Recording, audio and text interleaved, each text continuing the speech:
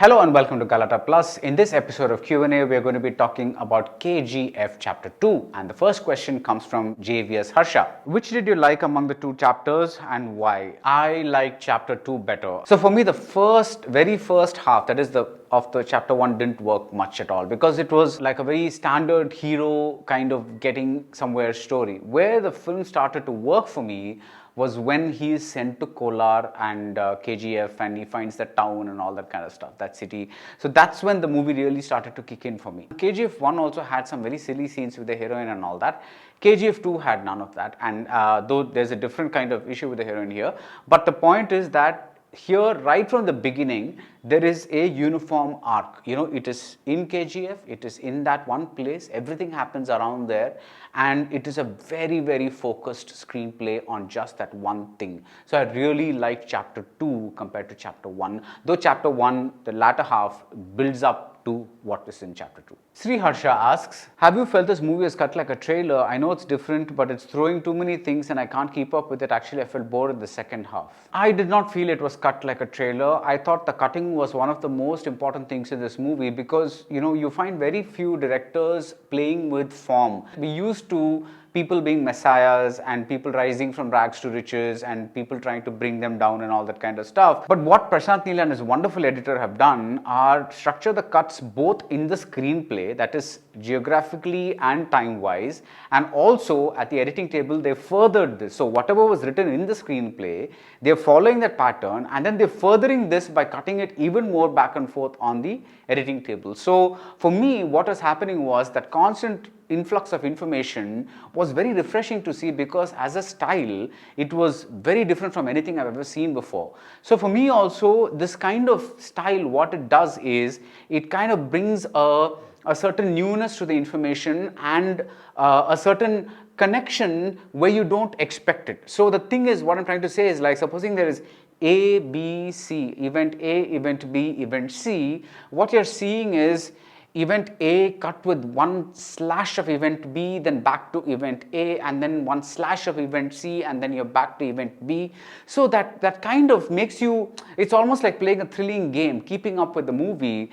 And this is a movie that actually asks the audience, watch me, I'm not your regular commercial movie. I'm going to give you the same commercial stuff that you want, but in a different form. So keep up with me. Don't just relax and enjoy your popcorn because we are different. And I like that because commercial movies can have ambition too, and KGF Chapter 2 is a great example of that. CK asks, in spite of KGF having a run-of-the-mill story, do you think appeal of the movie lies in how it's editing and cut? For example, where Srinidhi Shetty shares her dream with Yash, later we have the fight and we cut back to her again. Yeah, that's exactly what I talked about because, had the dream scene been explained the minute she was shot, there are going to be spoilers here, sorry about that, but had we cut to that dream scene, we would not have that impact of that line, I absorb all your bad deeds, I'll take all your bad stuff and all my good stuff will come to you. That would not have been that much because once she dies or once she's shot, and then instead of cutting back to that scene, it would have been just an ordinary emotional scene. But what we do here is we move from one emotion, which is the dying, which is the sentimental emotion, to action, which is anger and rage and all that kind of stuff. And then we cut back to the remainder of the sentiment. So there's a refreshing change of emotional tone taking place instead of just that one emotion taking place and then we go to the action. This is different because we start with this, go to that, come back to this instead of finishing this and then going to that. Gangula Rao asks, don't you think revealing the main plot, not the twists in the trailer, works well for the movie so the audience will know what to expect from the movie? For example, RRR and KGF had given away many plot points in the trailer itself, unlike Balmain and Beast. They were completely different from the trailers. This is a broader question than just Chapter 2. I think revealing the main plot works well for any movie because, see, I personally like to be surprised in a movie. So if a movie says it's a thriller and suddenly you go there and it's a sentimental drama or something like that, that's interesting to me. But most people go with a mindset because they seen the trailer, they want to see exactly that kind of movie, and then when the movie promises and delivers exactly that, they are happy. When the trailer is something else and the movie is something else, they think the director has made an issue, the director has made a problem, and they end up getting disappointed. So I think it's a good thing when movie trailers reveal as much as possible about the premise of the movie and not the twists.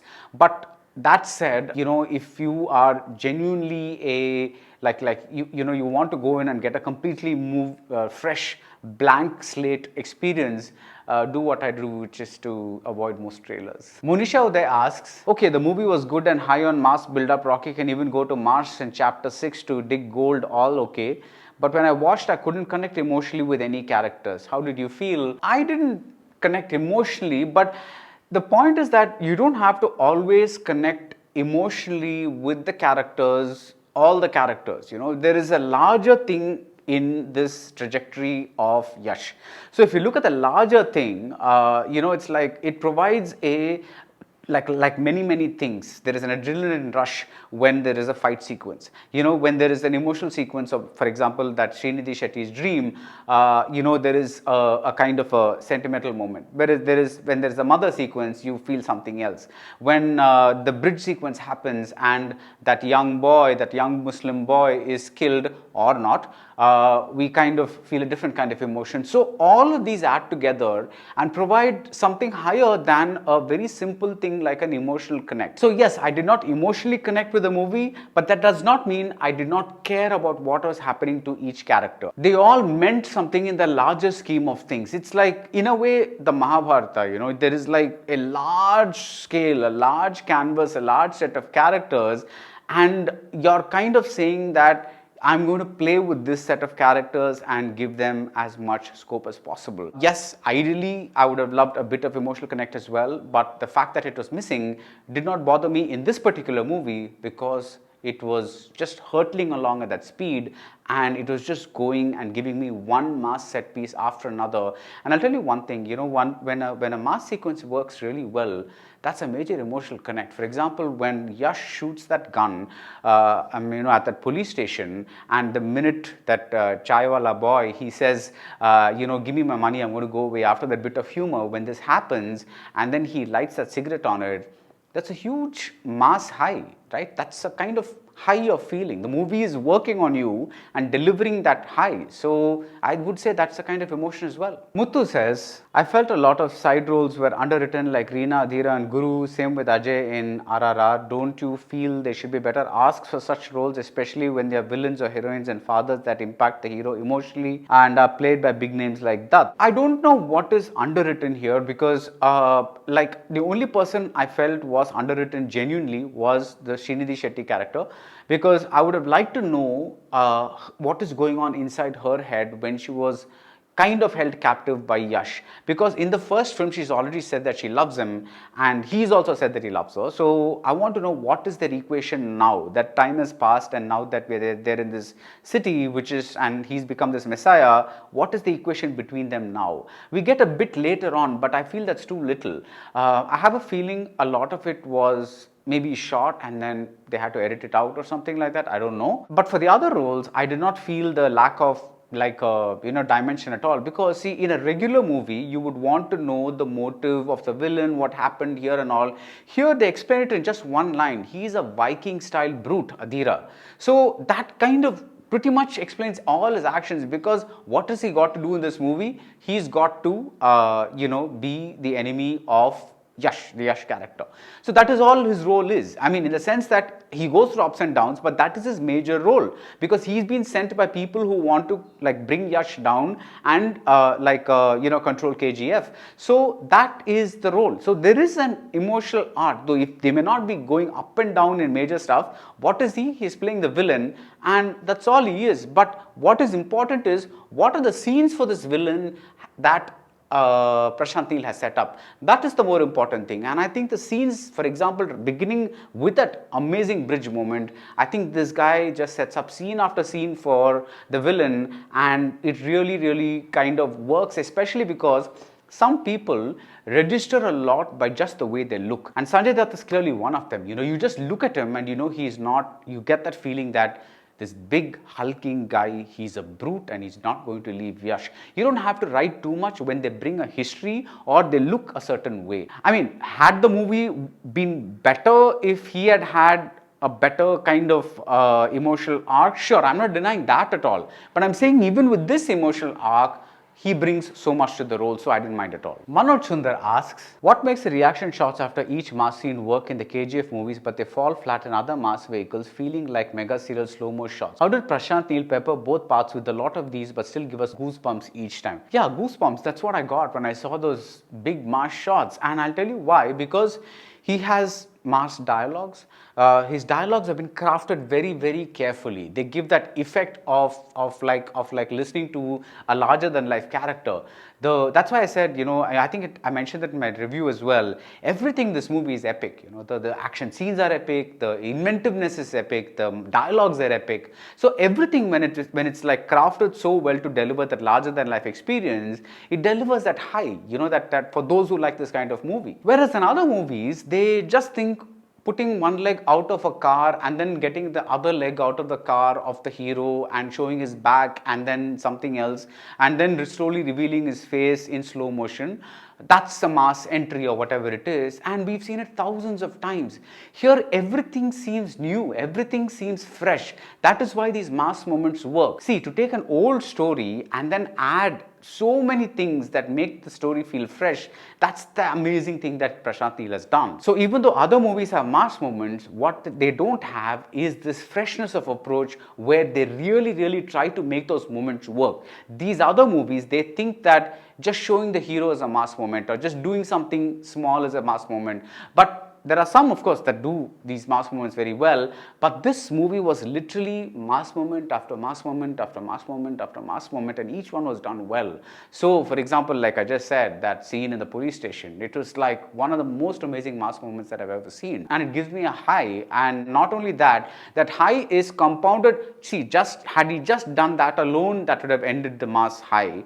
But then he goes and lights his cigarette against the barrel of the gun, which is so smoking hot. So, I mean, like, they just keep adding and adding and adding, and the detailing is what we are responding to. Cool Yogi says, what do you think separates KGF from regular mass movies in Telugu and Tamil, and why is it working in Kerala and other places? And Tamil Nadu, though there's nearly nothing new in the storyline, nor have they done novel in the screenplay except maybe the editing style. I completely disagree that there is something, nothing new in the editing, in the screenplay, because the screenplay is part of the editing. It's like half of the editing is done in the screenplay and half of the editing is done in the like in the actual post-production editing table. This kind of narration itself is very new, and that is why this is working this well, because people are watching this movie and getting a high that they're not getting in the usual mass movies where dialogues like are boring, situations are boring, we've seen them, they're usual, and we just go to them because we want to whistle at the hero or the heroine or whatever it is. But here we don't do that, because this movie kind of, the whistling is happening all the time, but the point is that this movie keeps us in its grip all the time. There is a grip that happens, and the mass scenes are phenomenal, like him walking into the PM's office and saying, okay, arrest me now, this is this one. So, and then the scene that follows, which is like what, arrest you now? Yeah, because these other people are there and they have investments with him, and her whole cabinet will fall apart. All of these things, the extent of his spread is therefore a backstory to this whole thing. It's not just confined to the Kolar goldfields alone. It is like it's extended all the way to Delhi. What a great way to say that, right? And what a mass way to say that, instead of just saying, oh, I have powerful friends in Delhi or something like that. He never says that. He shows it. So that show don't tell is happening in the actual event in a mass movie, and that's different from what you call the regular mass movies in other places. Srinivasan says, is it becoming critical to have a strong antagonist to create a good screenplay? I see that as differentiating factor in good movies such as KGF, Master, Minal Murali, and weak ones such as Beast. Yes, it is absolutely necessary, because if you're showing the hero's journey, you need to have a Ravana opposite a Rama. The fact that he is suffering so much to get what he wants, that is Sita back from Lanka, is accelerated by the fact that Ravana is so powerful, that Ravana's allies are so powerful, that there's Kumbhakarna on the other side, and there's all these other things, and they need they've all received special kind of boons from gods which make them kind of invincible. So it's not just the hero going and delivering 5 punches and bringing the person back. That would make the story ridiculous and weak. So you really need a very strong villain with a very strong motive to bring someone down. And here you have a political villain, not villain exactly, but a political antagonist in terms of Ravina, who's this man who's running this whole empire, and like how dare he do that in my country? And you also have a regular antagonist in Adhira. And you also have a regular antagonist in Sanjay Dutt, who's kind of basically just there to get control of whatever Yash is having. So there are two kinds of antagonists at play, and that kind of adds to the variety that Prashanth Neel can give us with the villain character. Vivek asks why Kollywood, which was superior than these two industries, are failing to crack the pan-Indian movie in recent years, and share your memory of watching the last pan-Indian movie from Kollywood with this hype. I don't know whether it's just because one doesn't make pan-Indian movies, then industry is inferior or something like that, because there are plenty of good movies coming from Kollywood. But yes, maybe our smaller movies tend to be better than our bigger movies. I think that's the main issue here, rather than you're saying a blanket statement that like a kind of a thing. For example, if you take Asuran, it's a damn effective commercial film, but then it's also a kind of, there's a realism that pervades throughout it, in the sense that yes, it is mass and it's larger than life during the interval and all that, and like there are these fantastical elements rather than like not really real. But because the emotional thing binds the whole thing, the issue of the Panchami lands and this and that and what really happens, and the issue of education and all that, there's a good healthy mix of the unreal and the real, is what I'm trying to say. And that movie worked really well at the box office. But what really happens is, when that movie is probably dubbed into another language or another, like goes pan-Indian, I don't know if it will carry the same amount of power, because it is a very localized kind of narrative, right? Each state would have to localize it according to their needs in order for Asuran to become like a pan-Indian movie. Whereas these movies, what happens is, they are so larger than life that they could work anywhere. Even if you don't know the language and you're sitting in front of Bahubali or you're sitting in front of RRR, even if you don't know the language and there's no subtitles, you're still going to get most of it. So that's what really proves it, because it's all in the visual storytelling, in the larger than life scale, and in the OTT moments. Like there was a recent event in Chennai where Rajamouli said that I like OTT cinema, I want to create OTT cinema. And when you create OTT cinema, and I mean this in the best possible way, it becomes like a circus, right? In the sense that there is this dazzling acrobat show, and then there is this dazzling lion show, and then this amazing show with the jugglers, and then there is this amazing show with maybe a trapeze artist or something like that. So one thing follows another. Why do we go to a circus, or why did we go to a circus? Because we get this one amazing act, and then the next amazing act, and then the next amazing act, and like everything makes us go, oh my god, how are they doing that? Oh my god, that's so amazing. Oh my god, look at that man jump so high.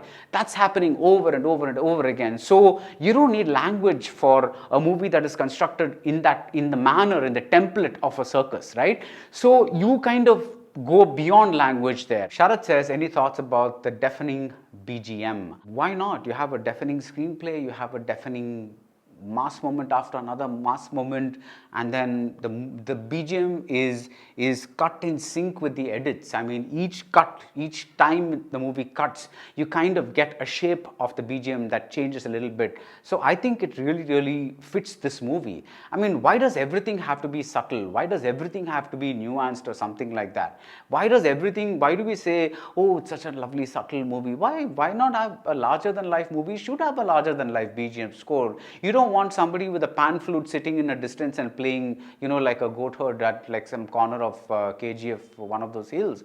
You want like that grandeur of the movie to be reflected in the grandeur of the score. What you don't want is a cliched score, and that we certainly didn't get. So I didn't have any problem with the BGM at all. Srinivasan says, while the story and screenplay was great overall, the hero and villains pairing each other on different occasions seemed like an easy way out for the story to move forward. Your take on this? I don't know, you consider it this way. So Adhira has Rocky there, and he could have killed him there, right? But by leaving him as an injured man, he's sending also a message to the rest of KGF saying, look, your hero, your messiah, he's not that invincible after all. Whereas if he kills him, then the entire thing is gone. But by leaving him like a wounded animal, he's saying that, look, this guy is, he's after all vulnerable. So, you mark my word, this is going to happen. I'm saying there's a bit of extrapolation needed, but for me, that didn't bother me at all because it's a staple of all action adventure films. I mean, how many Bond movies have we seen where the villain could have just taken out a gun and shot 007 and we wouldn't have a Bond movie at all? But instead, they have these elaborate traps and contraptions where they kind of try to torture him and do this and do that while he gets the time to escape. Why do they do that? Because it's part of the fun. It's part of the thing of extending the game, the cat and mouse play between the hero and the villain. And if they just shoot each other, then that's gone. A Pele film asks, every commercial film after Sholay had an essence of Sholay in it. Basha did the same after its release in 95. Do you think that every commercial film made after this would have the essence of the KGF franchise? I believe that this is inevitable. How do you see KGF in terms of being a landmark or a milestone? I think films are going to become faster. I think that's what it is. I think we're already seeing films that are, like supposing a censor certificate comes up and it says 3 hours or 2 hours and 50 minutes or something like that, we're already going, oh my god, it's like, I mean, of course, if the film lives up to it, that's great. Because I recently saw this amazing Japanese film called Drive My Car. It's on Mubi and it's about 3 hours long, and I saw it and the ending was so good that I actually saw the whole movie again. That's 6 hours of my life. But most people are not going to have the patience for longer films unless they are driven very, very fast. That's what KGF has done. It probably says you can make a long film, but you cannot make a long film if it also is a slow film. I think that's a change that's going to come with the theatrical releases, at least, because they're going to be the ones that attract the maximum number of people. Ugavant Vadi 7 asks, even though there are illogical sequences in movie, for example, bullets not hitting Adhira after post-interval sequence and so on and so forth, they didn't seem odd compared to other commercial movies where bikes and cars are jumping from buildings. What did you think make the difference in the writing? Every film is about world building, right?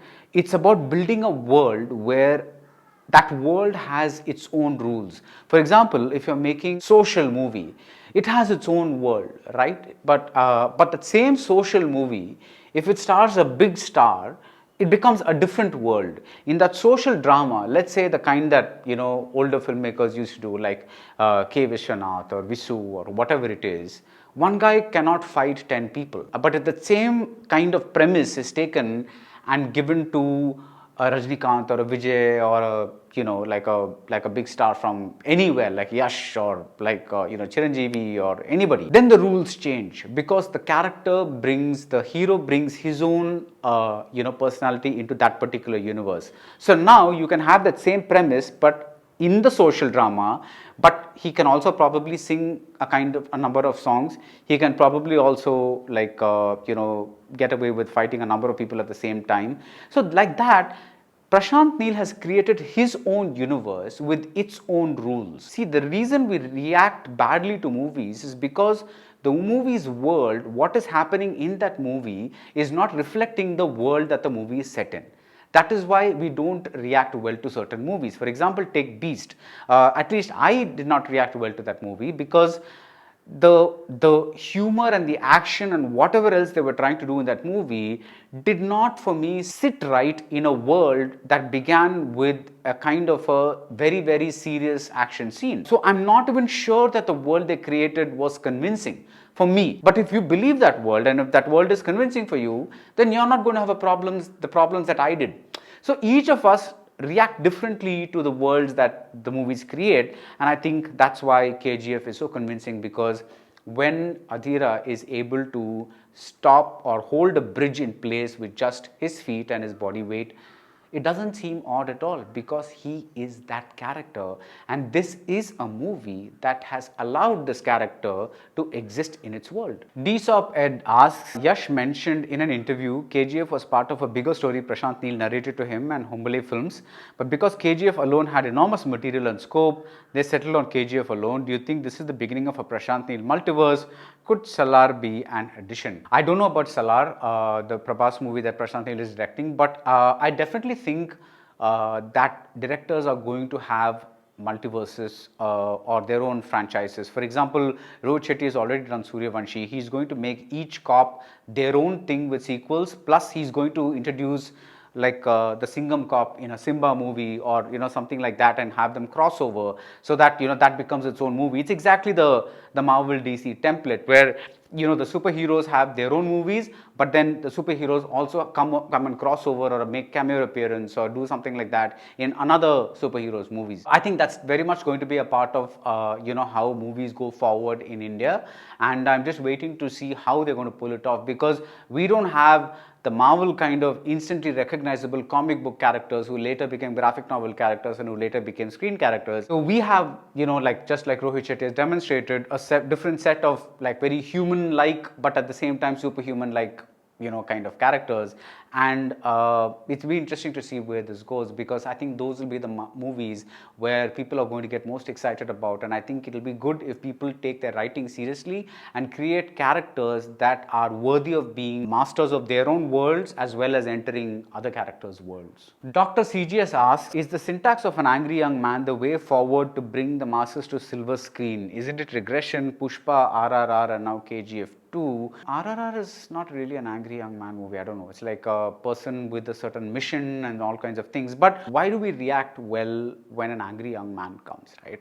Because most of us, we don't possess the strength or the initiative or whatever it is to kind of battle the system, which is so powerful and so epic.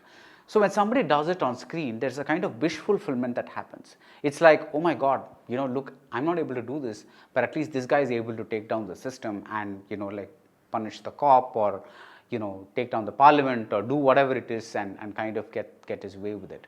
So if it's done convincingly, there's a kind of wish fulfillment that happens and says, okay, my own life may be shit, but at least, I got to see like how it could be for 3 hours. So I don't think it is regression at all, because it is very much part of the human psyche to want to see things that are not working right in their world. I'm feeling sad, I want a comedy. I'm feeling like something else, and I'm feeling emotional, I want to see a romantic drama. So I think it's very much part of the human psyche to want certain kinds of movies at certain points of time, and I think this is the case. Cinema Saint says, I think the sign of a well-made mass movie is its emotional believability rather than logic. In KGF, the emotional reasoning behind his actions was so strong, which made the larger-than-life scenes that much more effective, and the writing was believable, and so on and so forth. I agreed completely, because there is, there are two kinds of logic. There is the physical logic, which is like, we are bound by gravity, whatever it is. So if a man is like able to jump into the air and kick like 500 people, then that you have to create that kind of scene. And one of the most brilliant examples of subverting that kind of physical logic I saw recently was in that scene, that initial Ramcharan scene in RRR, where he is battling single-handedly like an entire angry mob at the beginning of the movie. Physical logic is completely suspended in this sequence, but it's that scene is shot so convincingly and so brilliantly and choreographed so brilliantly that while that is happening, you're not thinking, how is this happening? You're thinking, oh my God, look at what's happening. That's a different thing, and that's the emotional logic. Because when you leave the physical logic, you come to the emotional logic, which is like whether I am invested in this, whether I am interested in this, even though I know that technically it is not possible. It is not possible in the physical world, but am I invested in this man winning? That is the emotional logic of the thing, and that's very strong in KGF, which is why it's working. Ram Prasad Pitta says, how do you watch movies like Kadasi Vyavasai and Pebbles and at the same time be able to take in so much masala? I understand it's a different genre and all that, but is it possible for a common man to chameleonize and like movies from both the ends? Why not? I mean, don't we eat at different restaurants? I mean, one day you could have Andhra meals, next day you could have Chinese, third day you could have Japanese food, Greek food, something else, Chinese food. I mean, what's stopping you, right? It's like you could go anywhere. So it's like that with movies. It's like if you decide to become a movie critic, you should have, first of all, an interest in, a knowledge of, and a taste for all kinds of movies. What should make you not like a movie is not the genre itself, but whether that particular movie genre has been handled well or not, has the movie been made well or not. So I compare this to something like a transistor, so the first like 10 minutes of a movie gives you the zone it's going to be. So inside my brain, there's a little knob that's turning and says, okay, this is the setting that I have to put myself in to enjoy this movie. So that knob, once that setting is there, I don't bother, because I have a Kadesi Vyavasai setting, I have a Pebbles setting, I have an RRR setting, I have a KGF setting, I have like what I'm saying is, I have a setting for Drive My Car, which I just mentioned. It's a very, very, very subtle movie. I have a setting for other things, and all those settings I keep activated because I keep watching different types of movies all the time. The reason many people are not able to do this is because they only watch one or two types of movies all the time. So when they are suddenly faced with a Pebbles or a Drive My Car, they don't know what to do because their mind is not attuned to that setting. They don't know how to kind of handle that. But I think it's just a matter of training, and in my case, a matter of watching all these types of movies from a very young age. In my teens, with film societies and this and that, and whereas the theaters were playing all the larger than life commercial movies and everything, so it's all there. It all goes into your bloodstream. So which is why I'm not saying things like KGF is how can a movie not be so subtle or something like that, because subtlety is not supposed to be in KGF. Subtlety does not mean a movie is great. That there's subtlety is just a quality. It's like saying this shirt is whatever, blue or whatever it is. It doesn't mean that blue is great. It doesn't mean subtlety is great. It just means that this movie is subtle in the way it does things. It's not some like an accolade. It's not a praise or something like that. It's just a quality. Similarly, larger than life is just a quality. It doesn't mean you're demeaning the movie or something like that. It just means this movie is larger than life. That's all. It's just that fate. So you have to have that thing inside your brain to kind of adjust to all kinds of situations, so that the movie that you watch is in sync. That is, your watching experience is in sync with the movie that is unfolding in front of you. Of course, when the movie does not deliver what it promises in its world and even with your setting, then of course you're not going to like it. But you cannot like a movie because it's this end or that end, like you put it. Just because it's like, if you like RRR, you can't say I won't like Pebbles, or if you like Pebbles, you can't say don't like RRR. I mean, both exist. They are both movies. Every kind of movie genre is valid. There is no invalid kind of thing. You may say, okay, some people might say, okay, this movie gives me a headache. That means that they don't have that setting for that movie. That's fine. But if you're a critic, you have to have all the settings. So that's it about this episode of Q&A. I really need a drink of water, and I will see you in the next episode. Do keep watching Galata Plus.